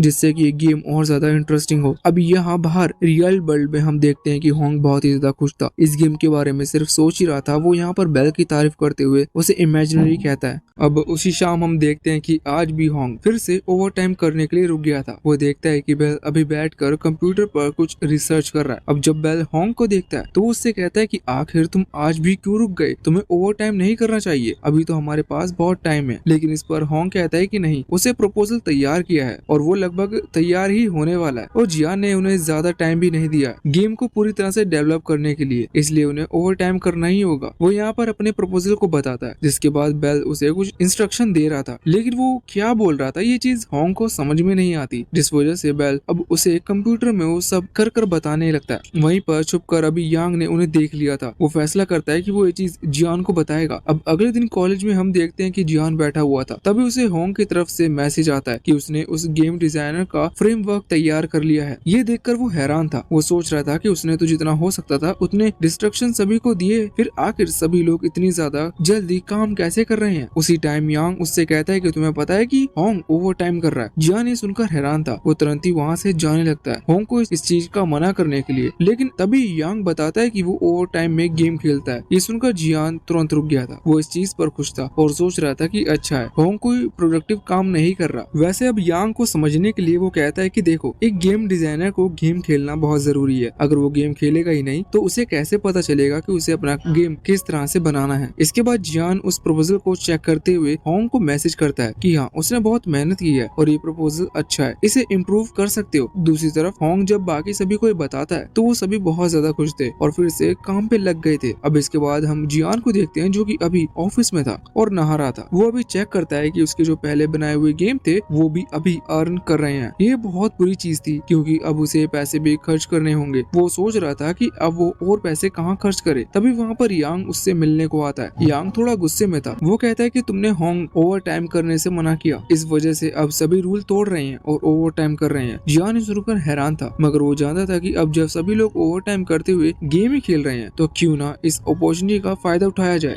वो कहता है कि ठीक है, तो हम उनकी हेल्प के साथ खेलेंगे नहीं, अगर कोई खुद से ओवर टाइम करना चाहता है तो हम उसे इस चीज के पैसे देंगे। ये सुनकर यांग हैरान था। वो कहता है कि तुम कितने अच्छे हो, पर जियान कहता है कि वो सिर्फ उन्हें वही दे रहा है जो चीज वो ऑलरेडी डिजर्व करते हैं। जियान अभी और भी कुछ आइडिया आता है। बाद में हम देखते हैं कि जब होंग उसे आगे के गेम डेवलपमेंट से रिलेटेड कुछ बात बताने के लिए आया था तो जियान उससे कह रहा था कि वो सब काम तुम संभाल सकते हो, वैसे भी तुम्हें अच्छी नॉलेज है। इतने में जियान को आवाज आती है कि उसके जो एम्प्लॉय हैं वो खाना ऑर्डर कर रहे हैं, लेकिन जियान उन्हें रोक देता है। वो बताता है कि खाना उसने खुद ऑर्डर कर लिया है, उसने एक बहुत बड़ी जगह से खाना लिया है और उसके जो एम्प्लॉय हैं वो जब तक वहाँ पर काम कर रहे हैं उन्हें खाना कहीं बाहर से मंगाने की जरूरत नहीं। अब सभी लोग बहुत खुश थे। तभी वहाँ पर लुलू आती है और बताते हैं कि प्रोफेशनल्स भी आने वाले हैं। असल में जियान ने एक जिम भी बना दिया है जिससे कि आधा टाइम वो जिम में रहें और आधा टाइम खाने में वेस्ट करें। इससे जियान को और ज्यादा फायदा होगा कि गेम धीरे धीरे बनेगा और ज्यादा अच्छा नहीं बनेगा, क्योंकि टाइम तो एक लिमिटेड का ही है। अब इतने टाइम में उन्हें चाहे वो अच्छा बनाए या बुरा। अभी होंग यहाँ पर लिन के पास आता है और कहता है कि उसे जियान पर थोड़ा सा डाउट होता है क्योंकि जियान उसे असली जैसा नहीं लगता, वो कुछ ज्यादा ही अच्छा है। वो इतनी चीजें कर रहा है जो कि कोई कंपनी नहीं करती। इस पर लिन कहती है कि तुमने सही कहा, लेकिन शायद वो हमारी एफिशिएंसी को बढ़ाना चाहता है जिससे गेम में हम हमारा 100% दे सके। इस पर होंग कहता है कि हमें सिर्फ 100% देना चाहिए, हमें ओवर टाइम करना होगा, भले ही क्यों ना हमें बिल्कुल छुप कर ये काम करना पड़े। अब तभी उन्हें नोटिफिकेशन आता है। उन्हें जानने को मिलता है कि ओवर टाइम वाला रूल हटा दिया गया है, वो लोग ओवर टाइम कर सकते हैं और अब उन्हें इस चीज के पैसे भी मिलेंगे। ये देखकर वो हैरान थे। लिन तुरंत ही जियान के पास आती है उससे बात करने के लिए। वो कहती है कि उसने रूल हटा दिया। जियान कहता है कि हाँ, उसने रूल हटा दिया और अब उन्हें पेमेंट मिलेगी, लेकिन लिन कह रही थी कि उन्हें पेमेंट नहीं चाहिए, वो ओवर टाइम करने के लिए तैयार है। जियान पहले ही उनके लिए बहुत कुछ कर चुका है, लेकिन जियान कहता है कि नहीं, वो ये डिजर्व करते हैं, इसलिए जियान ऐसा कर रहा है। अब जियान की बात सुनकर यहाँ पर लिन ब्लश कर रही थी। वो कुछ कह ही नहीं पाती, इसी वजह से उसे जियान को थैंक यू कहकर वहाँ से लौटना पड़ता है। बाकी सभी बाहर इंतजार कर रहे थे कि शायद लिन जियान को मना लेगी कि वो एक्स्ट्रा पेमेंट ना करे, लेकिन वो इसमें नाकाम हो चुकी थी। वो सभी बहुत खुश थे कि आखिर उन्हें कितना अच्छा बॉस मिला है। लेकिन यहाँ पर बेल कहता है कि देखो, हमारे पास अब खुश होने का टाइम नहीं है। जियान ने हमें इतना ज्यादा टाइम नहीं दिया क्योंकि वो जानता है कि हम हमारा बेस्ट देंगे, इसी वजह से हमें गेम को टेस्ट करने की जरूरत नहीं, इसलिए हमें जल्द से जल्द गेम को तैयार करना होगा। अब वो सभी काम पे लग गए थे। वहाँ दूसरी तरफ जियान अपनी अलग ही टेंशन में था कि आखिर वो इतने सारे पैसे कैसे खर्च करेगा। वैसे अब उसके दिमाग में आइडिया आना बंद हो गए थे कि वो इतने पैसे कहाँ लगाए, क्योंकि सच में पुराने गेम से उसे बहुत ज्यादा पैसे मिल चुके हैं। वो अब बेल के पास आता है। वो बेल से पूछता है कि वो बजट को बढ़ाना चाहता है, लेकिन बेल उससे कहता है कि बजट बहुत सही है, इससे ज्यादा नहीं होना चाहिए क्योंकि इतने में पूरा गेम अच्छी तरह से डेवलप हो जाएगा। पर जियान उनसे बड़े बड़े सपने दिखाते हुए कहता है कि तुमने तो कहा था कि तुम्हें दुनिया का सबसे बेस्ट गेम बनाना है, अगर हम बजट को देखते रहे तो बेस्ट गेम नहीं बन पाएगा, तुम बस बताओ कि हमें किस चीज की जरूरत है। अब बेल भी ज्यादा कुछ सोचता नहीं, पर वो कहता है कि अगर गेम अच्छा चलता है तो हमें एक सर्वर की जरूरत पड़ेगी, लेकिन वो बहुत महंगे होते हैं, वो 5 लाख युआन के हैं। ये सुनकर जियान कहता है कि चिंता की बात नहीं है, हम गेम को लॉन्च करते ही हम वहाँ उस सर्वर को खरीद लेंगे। अब दूसरी तरफ हम वहाँ ली को देखते हैं। ये वही है जिसकी वो दूसरी कंपनी चलती है, जो कि भी मार्केट पर राज कर रहा है। उसे जियान के बारे में पता चल चुका है और वो जानता है कि उसे जियान को किस तरह से डिस्ट्रॉय करना होगा, और ऐसा करने के लिए उसे कोई आइडिया चाहिए। पहले वो सोचता है कि उसकी कंपनी खरीदे, लेकिन वो ऐसा कर चुका था और ऐसा करने में वो नाकाम हो गया। इसलिए वो फैसला करता है कि उसे जियान के सभी एम्प्लॉयज को खरीदना होगा, क्योंकि अगर एम्प्लॉय जियान के साथ नहीं होंगे तो जियान की कंपनी खुद बर्बाद हो जाएगी। अब जब वो ये बात असिस्टेंट को बताता है तो उसका असिस्टेंट कहता है कि बॉस, इसमें कोई फायदा नहीं है, क्योंकि उसके सारे एम्प्लॉय बेकार हैं, वो किसी काम के नहीं है, उन्हें और कहीं नौकरी नहीं मिल रही थी। लेकिन इस पर ली कहता है कि उसे सब नहीं सुनना, उसे बस किसी तरह से जियान की कंपनी बंद करानी है। अब उसका असिस्टेंट मान जाता है और कहता है कि उसे जो बनेगा वो करेगा। अब फिर से सीन चेंज होता है। यहाँ जियान के पास आते हैं, जहाँ पर हम देखते हैं कि बेल अभी कंप्यूटर में फर्स्ट पर्सन शूटिंग गेम की वीडियो देख रहा था, जिससे उन्हें आगे गेम डेवलपमेंट में हेल्प मिलेगी। लेकिन तभी बाकी सभी उसके क्वेश्चन पूछने लगते हैं, क्योंकि वो एक लीड डेवलपर है। हालांकि वो क्वेश्चन के जवाब तो दे देता है, पर इतने सारे क्वेश्चन थे कि अब उसका सर चकराने लगा था। होंग यहाँ पर उसकी मदद करता है और सभी को अभी काम करने को कहता है और कहता है कि एक एक करके वो लोग क्वेश्चन पूछें। उसी दौरान उन सभी को एक साथ कॉल आती है। अब हम कुछ टाइम बाद का सीन देखते हैं। जियान अभी कॉलेज में था, लेकिन आज यांग नहीं आया था। तभी उसे एक कॉल आता है जो कि यांग का था। यांग उससे कहता है कि फेरिस स्काई स्टूडियो, ये वही ली की कंपनी है, उसने जियान के सारे एम्प्लॉय को अप्रोच किया है, लेकिन नौकरी के लिए। ये सुनकर जियान हैरान था। वो समझ गया था कि इतनी बड़ी कंपनी ऑफर मिलने के बाद वो लोग उसे ही एक्सेप्ट करेंगे। इसी वजह से वो तुरंत ही दौड़कर अपने ऑफिस में जाता है, जहाँ पर कोई भी नहीं था। ये देखकर वो हैरान था। वो सोचता है कि सभी ने उसे धोखा दिया। अभी यांग भी वहाँ पर था, लेकिन तभी बाकी सभी आ जाते हैं। यांग होंग से पूछते हैं कि आखिर क्या हुआ, जिस पर होंग बताता है कि उन्हें फेरिस स्काई स्टूडियो से ऑफर आया है, एक बहुत ही अच्छी सैलरी पर। लेकिन उन सभी ने ऑफर रिजेक्ट कर दिया, क्योंकि उनके हिसाब से जियान ही एक अच्छा बॉस है। जियान ये सुनकर हैरान था, क्योंकि फेरिस स्काई स्टूडियो पूरे मार्केट पर लीड करती है। लेकिन लीन कहता है कि नहीं, जियान की कंपनी उस कंपनी से ज्यादा अच्छी है। अभी वो बताते हैं कि वो असल में एवी रूम में थे, मतलब जहाँ पर वो लोग गेम को स्क्रीन पर टेस्ट करते हैं, वो उस रूम में थे। वो जियान को बताना चाहते हैं कि उन्होंने गेम कंप्लीट कर लिया है। ये चीज सुनने के बाद जियान बहुत ज्यादा हैरान हो जाता है, क्योंकि उसने ऐसा एक्सेप्ट नहीं किया था। अब वो लोग जियान को वो वीडियो दिखाते हैं। जियान सोचता है कि उसे किसी तरह से टाइम को वेस्ट करना होगा, वरना ये लोग पहले ही गेम क्रिएट कर लेंगे, और ऐसा हुआ तो बहुत गलत होगा। जियान सोचता है कि उसने सब कर देख लिया, लेकिन उसने अभी तक कोई भी टीम बिल्डिंग एक्टिविटी नहीं की है। इसी वजह से वो इस बारे में बात करना शुरू करता है। पर तभी वहाँ पर ली का असिस्टेंट आता है। उसे देखकर सभी हैरान थे। होंग यहाँ पर जियान को बताता है कि ये वही है जिसने हम सभी को फेरिस स्काई स्टूडियो में ज्वाइन करने के लिए अप्रोच किया था। जियान उसके पास आता है। वो दोनों हाथ मिलाते हैं। अभी ली का असिस्टेंट बताता है कि अब वो जियान के साथ ज्वाइन करना चाहता है, क्योंकि उसने ली की कंपनी छोड़ दी है। जियान ये सुनकर हैरान था कि कोई इतनी बड़ी कंपनी खुद से कैसे छोड़ सकता है। पर इस पर उसका असिस्टेंट बताता है कि असल में उसने जियान के बारे में बहुत तारीफ सुनी है, और वैसे भी ली पावर के पीछे रहकर काम करता है, जो चीज उसके असिस्टेंट को बिल्कुल पसंद नहीं। वो बस ऐसे ही बहाने बना रहा था, जिससे जियान उसे अपना असिस्टेंट बना ले। जियान भी ये सुनकर खुश था, क्योंकि वो अपनी तारीफ सुन रहा था, लेकिन बाकी सभी बहुत डिसअपॉइंट लग रहे थे, जिस वजह से जियान बाद में उसे रिजेक्ट कर देता है। अब कुछ टाइम बाद हम देखते हैं कि अभी एम्प्लॉय अभी जिम में थे और मेहनत कर रहे थे, और इस वक्त वो बात कर रहे थे कि आखिर टीम बिल्डिंग एक्टिविटी के लिए वो किस जगह पर जाने वाले हैं। तभी लीन कहती है कि क्यों ना वो फेरिस स्काई स्टूडियो में जाएं। वो इसलिए वहां जाना चाहते थे क्योंकि वो वहीं काम करती थी, इसलिए वो उन लोगों को बताना चाहती है कि जियान कितनी अच्छा बॉस है। जियान बस इतना सुनता है कि उसे उस जगह पर जाना है। जियान को भी इसमें एक अपॉर्चुनिटी दिखती है, इसी वजह से वो उसको हाँ कर देता है। हालांकि वहाँ पर जाने का बजट 4,50,000 युआन है, जो कि बहुत ज्यादा हो जाएगा, लेकिन फिर भी जियान ने हाँ कर दी थी, क्योंकि वो सोच रहा था कि अगर वो लोग वहाँ पर गए तो इतनी बड़ी कंपनी को देखकर खुद ही अपने आप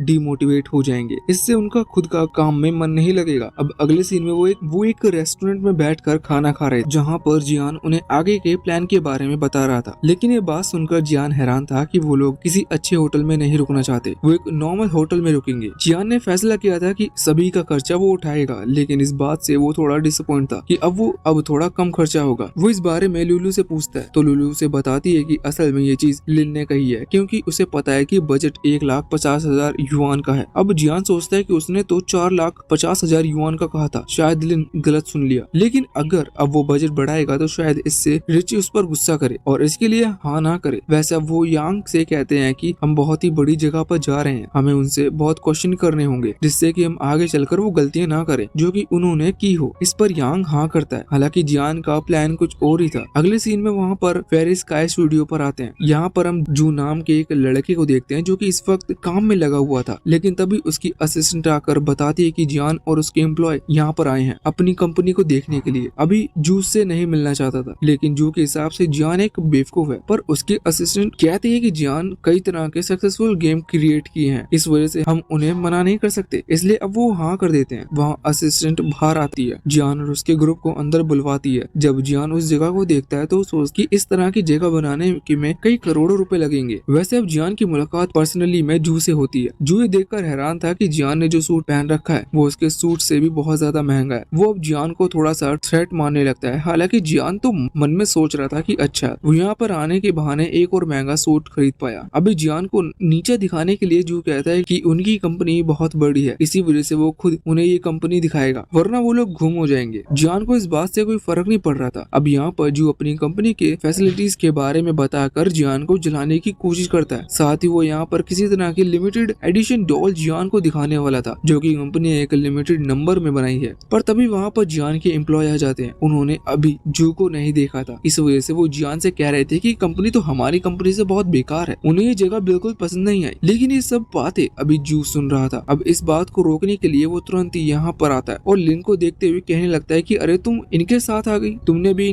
ज्वाइन कर ली क्या? ये तो बहुत बुरा हुआ जियान के साथ। अब अगले सीन में हम देखते हैं कि अभी जियान के एम्प्लॉय और फेरिस स्काई स्टूडियो के एम्प्लॉय आमने सामने बैठे हुए थे। इस दौरान जो जियान ने यांग से कहा था वो वैसा ही करता है। हालांकि वो एक क्वेश्चन पूछता है कि क्या तुम्हें भी एक्स्ट्रा सैलरी दी जाती है ओवर टाइम के लिए, जिस पर सभी एम्प्लॉय दुखी होकर मना कर देते हैं। इससे जियान के एम्प्लॉयज में जियान की इमेज और अच्छी हो गई थी। अब तभी वहाँ पर जू के असिस्टेंट ली का मजाक उड़ाने लगती है। वो कहती है कि वो एक बहुत ही बुरी एम्प्लॉय थी, उसे हम खुद निकालना चाहते थे, लेकिन उसने खुद ही रिजाइन कर लिया। हालांकि इसके बाद जियान कहता है कि लिन अब उनके लिए डायरेक्ट पोस्ट पर काम करती है। इसी वजह से वो लिन से कहता है कि वो अपनी कंपनी के बारे में कुछ बताए। अब यहाँ पर लिन बताना शुरू करती है। वो कहते हैं कि हमारी कंपनी ऐसे ही फेमस नहीं हुई है। जियान ने सबसे पहले लोनली डेजर्ट रोड गेम को बनाया था, जो चीज दूसरी कंपनी या दूसरे क्रिएटर सोच नहीं सकते। जियान ने उस गेम को उस तरह से बनाया, इसी वजह से वो इतना फेमस हुआ। अभी यहाँ पर जू को भी लग रहा था कि इस बात में सच में तो सेंस होता है, पर जियान डिसअपॉइंट था कि आखिर सच में उसने इतना दिमाग तो लगाया नहीं था। लिन कह रही थी कि उस गेम की वजह से कई लोगों की लाइफ चेंज हो गई। लोग उसे खेलकर डिस्ट्रैक्शन को दूर करने लगे, क्योंकि उन्हें पता था कि ये सब सिर्फ डिस्ट्रैक्शन है। अब यहाँ पर वो फैंटम जनरल गेम के बारे में बात करती है। वो कहती है कि जियान ने उस गेम में आइटम्स को इतना सस्ता रखा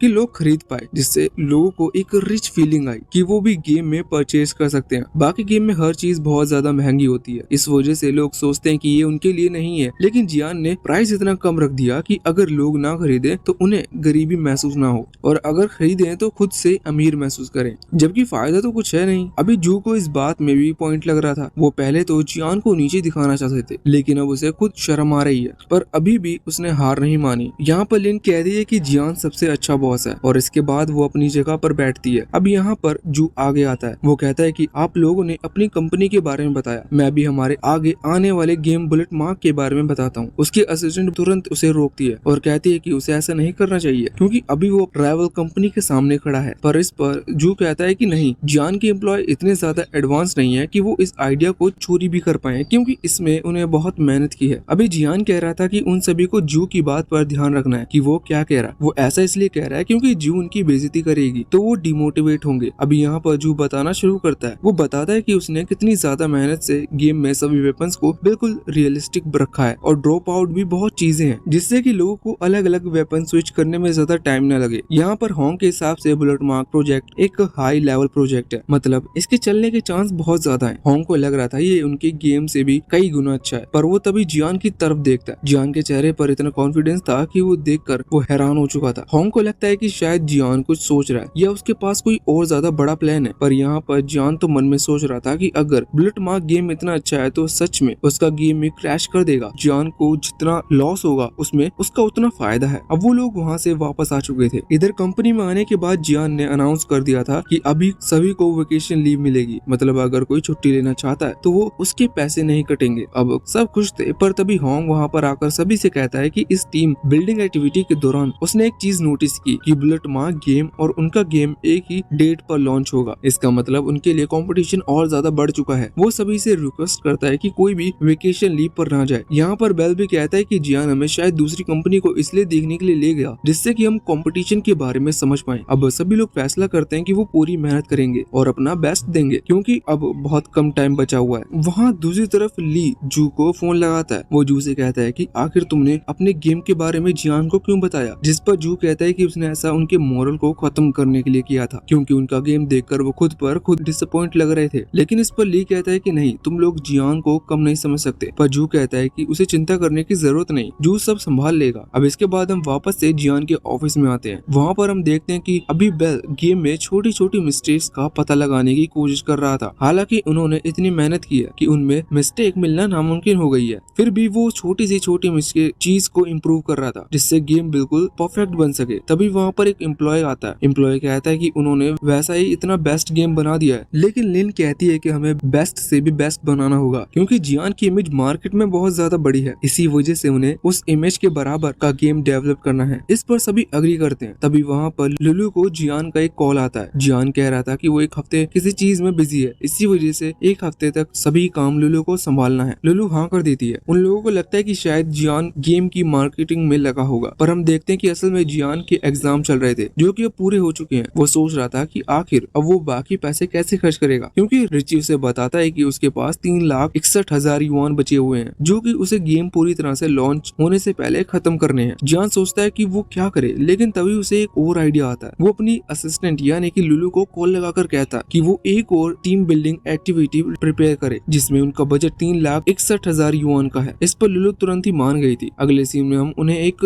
थिएटर में देखते हैं जहाँ पर वो किसी एक्शन मूवी का सीक्वल देख रहे थे। तभी अचानक से स्क्रीन चेंज हो जाती है और उनके सामने खुद की रिकॉर्डिंग आती है। जियान को जानने को मिलता है कि ये चीज उसके एम्प्लॉय ने प्रिपेयर की है उसे सरप्राइज देने के लिए। वो रिकॉर्डिंग में बताते हैं कि उनका गेम पूरी तरह से डेवलप हो चुका है, यहाँ तक कि अब वो उसे बुलेट मार्क गेम से पहले लॉन्च कर सकते हैं। ये सुनकर जियान हैरान था क्योंकि वो जानता था कि अगर उन्होंने पहले लॉन्च किया तो जियान के गेम के चलने के चांसेस ज्यादा हो जाएंगे। जियान सोचता है कि उसे गेम को थोड़ा सा डिले करना होगा, लेकिन तभी रिची उसके सामने आता है जो कहता है कि वो बिना किसी वजह से गेम को डिले नहीं कर सकता। जियान कहता है कि वो तो बस ये कह रहा है कि पहले उन्हें एक पार्टी कर लेनी चाहिए। अगले सीन में वो पार्टी कर रहे थे जहाँ पर जियान सोच रहा था कि अभी वो सारे पैसे कैसे स्पेंड करे। लिन उसे दिखाती है। उसे लगता है कि शायद जियान उनके फ्यूचर के बारे में सोच रहा है कि वो गेम को कैसे फेमस करेंगे। तभी हम बेल को देखते हैं, वो अभी गाने गा रहे थे। उसी समय वो जियान की तारीफ करना शुरू कर देता है क्योंकि जियान की वजह से ही वो आज यहाँ पर है। उसे तो पहले एक लूजर माना जाता था क्योंकि वो दिन भर गेम खेलता रहता था। इसके बाद सभी लोग रोने लगते हैं। बाद में वो लोग थोड़ी सी पी भी लेते हैं। ये जियान का प्लान था क्योंकि जियान ऐसा ही चाहता था। उन्होंने पी ली थी, इसी वजह से अब वो लोग अगले ही दिन ऑफिस आते हैं और गेम उसी दिन लॉन्च नहीं हो पाता। यहाँ पर बुलेट मार्क गेम लॉन्च हो चुका था, इस वजह से इनको भी इमीडिएटली अपने गेम को ही लॉन्च करना पड़ता है। इन्होंने अब गेम लॉन्च कर दिया था, लेकिन वो इतना ज्यादा अच्छा परफॉर्म नहीं कर रहा था। इस पर वो लोग बात कर रहे थे कि क्या जियान ने मार्केटिंग पर बिल्कुल भी खर्चा नहीं किया और उन्होंने भी ऐसा देखा नहीं जिसमें जियान ने मार्केटिंग की हो। वो लुलू से इस बारे में बात करते हैं क्योंकि यहाँ तो उन्हें मार्केटिंग के लिए बजट चाहिए या फिर कोई ऐसा आइडिया चाहिए जिससे कि वो मार्केटिंग कर सके। हालांकि बेल कह रहा था कि वो जियान पर शक नहीं कर सकते, ना जाने उसने क्या सोच रखा होगा। अभी यहाँ पर ये सोच रहे थे कि गेम जब पब्लिश होता है तो गेम कंपनी खुद ही कुछ लोगों को बजट देते हुए उनसे गेम खिलवाने से कहती है जिससे कि वो अपना रिव्यू देते हैं। लेकिन अब जियान के पास बिल्कुल भी बजट नहीं है, इसी वजह से ये लोग फैसला करते हैं कि ये खुद के पैसे लगाएंगे, जो कि बहुत ही बड़ी बात थी। दूसरी तरफ उनके पास अभी ऐसा फेज नहीं था जो कि ऑलरेडी गेम को बाय कर खेलना शुरू कर दें, इसी वजह से उन्हें ऐसा करना पड़ा। वैसे अब यहाँ पर वो लोग जब बैठकर बात कर रहे थे तो लिन बताती है कि वो एक प्लेयर को जानती है, उनका नाम क्विंग है। उनका नाम सुनकर बेल हैरान हो गया था क्योंकि वो एक ई स्पोर्ट जीनियस है, उसकी इमेज बहुत ज्यादा बड़ी है। अगर उसे गेम पसंद आया और उसने इसे प्रमोट कर दिया तो गेम के चलने के चांसेस बहुत ज्यादा हैं। अब इसी वजह से ये लोग उसे गेम की लिंक भेजते हैं। अभी हम देखते हैं कि क्विंग गेम डाउनलोड कर चुका था। वो गेम को स्टार्ट करता है, लेकिन शुरुआत में ही वो देखता है कि अगर उसे लेजेंडरी वेपन्स चाहिए तो उनके लिए उसे अच्छी खासी प्राइस देनी होगी, जो देखकर वो थोड़ा सा डिसअपॉइंट हुआ था। लेकिन फिर भी अब वो गेम स्टार्ट करता है। स्टार्ट करने के बाद उसे कोई भी इंट्रोडक्शन बार नहीं दिख रहा था जहाँ उसे गेम में बताया जाए जो चीज उसे सही नहीं लगती, क्योंकि इससे बिगिनर लोग गेम नहीं समझ पाएंगे। पर तभी उसके सामने गेम में एक लड़की आ जाती है और उसी समय एक मम्मी भी उस पर हमला कर देती है। लड़की यहाँ पर क्विंग को एक वेपन देती है, जिसके बाद में क्विंग उस मम्मी को खत्म करता है। पर वहाँ पर और भी कई सारे मॉन्स्टर आना शुरू हो गए थे। क्विंग समझ गया था इन्हें हराना है, जिससे वो इस लड़की को बचा सके और इस लड़की को बचाने के बाद ये गेम क्लियर हो जाएगा। वैसे अब इन सारे मॉन्स्टर को हराने के लिए वो लड़की उसे एक दूसरा वेपन देती है, जो कि दूसरी गन थी। अभी कंट्रोल्स को देखकर क्विंग बहुत ही ज्यादा इम्प्रेस था कि कंट्रोल्स बहुत अच्छे हैं, इसी वजह से बिगनर्स को ज्यादा मुश्किल नहीं होगी गेम को सीखने में और एंजॉय करने में। अभी इस लड़के को भूख लग रही थी, इसी वजह से क्विंग उसे कुछ खाना देता है और इसके बाद अब वो उन्हें सामने गेट के कोड को ओपन करना था, लेकिन उसी वक्त वहाँ पर और मॉन्स्टर आते हैं और फिर क्विंग उन्हें मारने लगता है। वैसे इसके बाद गेम में एक रियलिस्टिक चीज ये थी कि कुछ ही देर में क्विंग की गोलियां खत्म हो चुकी थी, इसलिए वो तुरंत ही उस गेट के अंदर एंटर करता है जहाँ वो लड़की थी। पर तभी एक मम्मी वहाँ पर आती है और वो बहुत ताकतवर थी, इसी वजह से क्विंग उससे लड़ नहीं पा रहा था। वो क्विंग के कैरेक्टर को खाने ही लगी थी, लेकिन उसी वक्त वो बच्ची अपने पावर का इस्तेमाल करते हुए उसे वहाँ से दूर फेंक देती है और इसके बाद क्विंग को हील करती है। लेकिन इतने में ही वो मम्मी फिर से जाग गई थी, वो फिर से अब हमला करने वाली थी, लेकिन इतने में क्विंग एक बैट उठाता है और उसके सर पर मार देता है। अब यहाँ से सीन चेंज होता है, हम जियान के ऑफिस में आते हैं जहाँ पर लिन अभी सभी को बता रही थी कि उसने किंग को इनवाइट किया है और उससे बहुत रिक्वेस्ट की है। अब क्विंग भी वहाँ पर आ चुका था, वो बहुत तारीफ कर रहा था, वो कह रहा था कि तुम्हारा गेम बिल्कुल परफेक्ट है। उसने स्टोरी मोड वाला लेवल खेला जो कि उसे बेस्ट लगा क्योंकि उसमें हर चीज बिल्कुल परफेक्ट थी। वो साथ ही ये भी कहता है कि जो ब्लड मार्क गेम है वो सिर्फ ओवररेटेड है क्योंकि उनकी कंपनी पहले बहुत गेम बना चुकी है, जबकि जियान के गेम के कंपैरिजन में बिल्कुल सही नहीं है। अभी वो इसे कह रहा था कि तुम्हारा गेम परफेक्ट है लेकिन तुमने सिर्फ उसमें एक ही लेजेंडरी वेपन ऐड किया है, ऐसा क्यों? इस पर वो लोग बताते हैं कि जियान का आइडिया था, वो और वेपन ऐड कर सकते थे लेकिन उसने उनके बारे में कुछ बताया ही नहीं, इसी वजह से उन्हें बाकी वेपन्स फ्री कर दिए और सिर्फ एक ही लेजेंडरी वेपन्स रखा। वो कहते हैं कि वो क्विंग को वेपन फ्री में दे देंगे, लेकिन क्विंग कहता है कि नहीं, वो ऑलरेडी उस वेपन को खरीद चुका है। ये सुनकर सभी हैरान थे। वैसे वो फैसला करते हैं कि वो क्विंग को एक पेमेंट करेंगे जिससे कि क्विंग इस गेम को प्रमोट करे, लेकिन क्विंग कहता है कि वो ऑलरेडी ये चीज करने को तैयार है क्योंकि वो चाहता है कि गेम फेमस हो, ये बहुत बढ़िया है। इसी वजह से उसने फैसला किया कि अब से वो इस गेम की लाइव स्ट्रीम करेगा। अब इसके बाद सीन चेंज होता है, हम जियान को कॉलेज में देखते हैं, वो बैठा हुआ था, तभी यांग उसे बताता है कि उनका गेम ज्यादा अच्छा परफॉर्म नहीं कर रहा। ये सुनकर जियान थोड़ा सा दुखी होने की एक्टिंग कर रहा था। वो सोचता है कि अभी उसे ऑफिस जाना होगा जहाँ वो सभी थोड़ा सा मोटिवेशन देगा और कहेगा कि ऐसा होता रहता है, लेकिन अंदर ही अंदर वो बहुत ज्यादा खुश था क्योंकि जितना गेम ज्यादा फ्लॉप होगा उतना ही ज्यादा उसे पैसा मिलेगा। पर तभी यांग कहता है कि वो मजाक कर रहा था, गेम ऊपर की तरफ बढ़ रहा है, शायद वो वायरल भी हो सकता है। ये सुनकर जियान हैरान था, वो अपने एक और गेम को वायरल होते हुए नहीं देख सकता था, इसी वजह से वो तुरंत ही ऑफिस की तरफ भागता है। वहाँ पर आने के बाद अब नॉर्मली सब बैठे हुए थे, ऐसा नहीं लग रहा था कि उनका गेम सच में अच्छा परफॉर्म कर रहा है। इसी वजह से जियान सोचता है कि शायद यांग ने उसके साथ मजाक किया, हालांकि मजाक जियान के लिए अच्छा था। पर तभी सभी उसे घेर लेते हैं, वो सभी तालियां बजा रहे थे। जियान को पता चलता है कि उसका गेम तो ऑलरेडी वायरल जा चुका है। जियान बहुत ही ज्यादा हैरान हो चुका था कि आखिर ऐसा कैसे हो सकता है, कहीं ऐसा तो नहीं कि उसके एम्प्लॉयज ने सीक्रेटली उसके गेम को प्रमोट किया हो। तभी उसे रिपोर्ट मिलती है जिससे उसे पता चलता है कि असल में क्विंग ने इस गेम को प्रमोट किया है। उसने कहा कि ये बहुत ही परफेक्ट है, इसकी स्टोरी मोड,